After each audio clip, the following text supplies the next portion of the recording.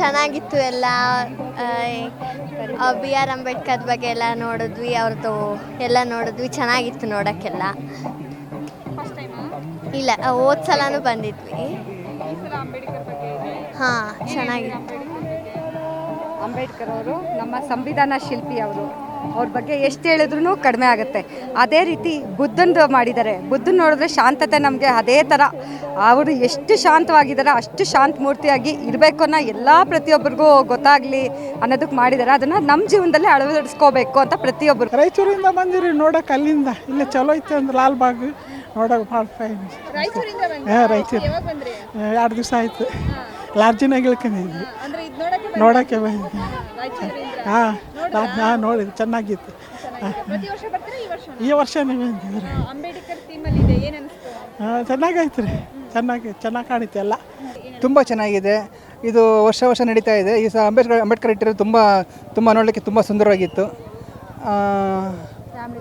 Family ಜೊತೆ ಬಂದಿದ್ದೀವಿ, ಮಕ್ಕಳೆಲ್ಲ ಎಂಜಾಯ್ ಮಾಡಿದ್ರು. ಚೆನ್ನಾಗಿತ್ತು ಮೇಡಮ್, ಚೆನ್ನಾಗಿತ್ತು. ಫ್ಲವರ್ಸ್ ತುಂಬ ಚೆನ್ನಾಗಿತ್ತು. ನಮಸ್ತೆ ಮ್ಯಾಮ್. ಈ ವರ್ಷ ನಾವು ಫ್ಲವರ್ ಶೋ ಬಂದಿರ್ತೀವಿ, ತುಂಬ ಚೆನ್ನಾಗಿದೆ. ಮಕ್ಕಳ ಜೊತೆಗೆ ಬಂದಿರೋಕ್ಕೆ ತುಂಬ ಚೆನ್ನಾಗಿದೆ, ತುಂಬ ಎಂಜಾಯ್ ಮಾಡಿದ್ರಿ. ಒಳ್ಳೆ ಚೆನ್ನಾಗಿ ಟೈಮ್ ಸ್ಪೆಂಡ್ ಮಾಡ್ಬೋದು, ಚೆನ್ನಾಗಿ. ಇವತ್ತು ಅಂಬೇಡ್ಕರ್ ಇದರಲ್ಲಿ ಮಾಡಿದ್ದಾರೆ, ತುಂಬ ಚೆನ್ನಾಗಿದೆ. ಅವರು ಎಜುಕೇಷನ್ಗೆ ತುಂಬ ಇಂಪಾರ್ಟೆಂಟ್ ಕೊಡ್ತಾರಲ್ವ, ಅದಕ್ಕಿಂತ ತುಂಬ ಚೆನ್ನಾಗಿದೆ. ಮಕ್ಕಳಿಗೆ ತುಂಬ ಯೂಸ್ಫುಲ್ ಆಗುತ್ತೆ ಈ ಥರ ಬಂದರೆ. ಓಕೆ, ಫ್ಯಾಮಿಲಿ ಜೊತೆ ಲಾಲ್ಬಾಗಿಗೆ ಫ್ಲವರ್ ಶೋ ನೋಡೋಕೆ ಬಂದಿದ್ರೆ ಹೇಗಿತ್ತು ಎಕ್ಸ್ಪೀರಿಯನ್ಸ್? ತುಂಬ ಚೆನ್ನಾಗಿತ್ತು ಎಕ್ಸ್ಪೀರಿಯೆನ್ಸು. ಇಲ್ಲಿ ಕ್ರೌಡನ್ನು ನೋಡೋಕ್ಕೆ ಒಂದು ಖುಷಿ ಆಗುತ್ತೆ.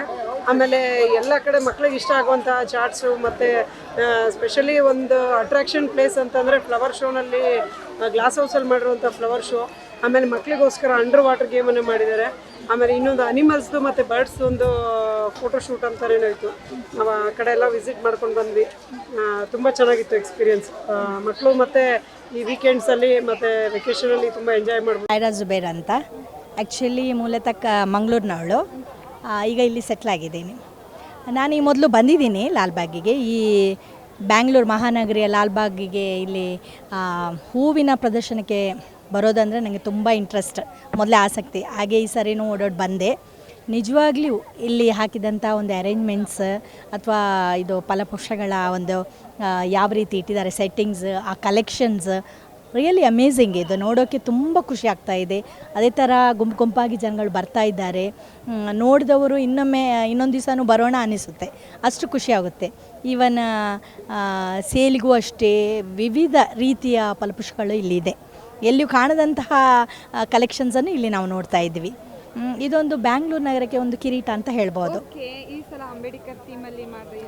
ಹೌದು, ನಮ್ಮ ಭಾರತ ಶಿಲ್ಪಿ, ಸಂವಿಧಾನ ಶಿಲ್ಪಿ, ಭಾರತ ರತ್ನ ಆಗಿರುವಂತಹ ಅಂಬೇಡ್ಕರ್ ವಿಷಯಾಧಾರಿತವಾಗಿ ರೂಪಿಸಿದಂಥ ಆಯೋಜನೆ ಮಾಡಿದಂತಹ ಈ ಪುಷ್ಪ ಪ್ರದರ್ಶನ ಇದೆಯಲ್ಲ, ನಿಜವಾಗಿಯೂ ಮೆಚ್ಚುವಂಥದ್ದು.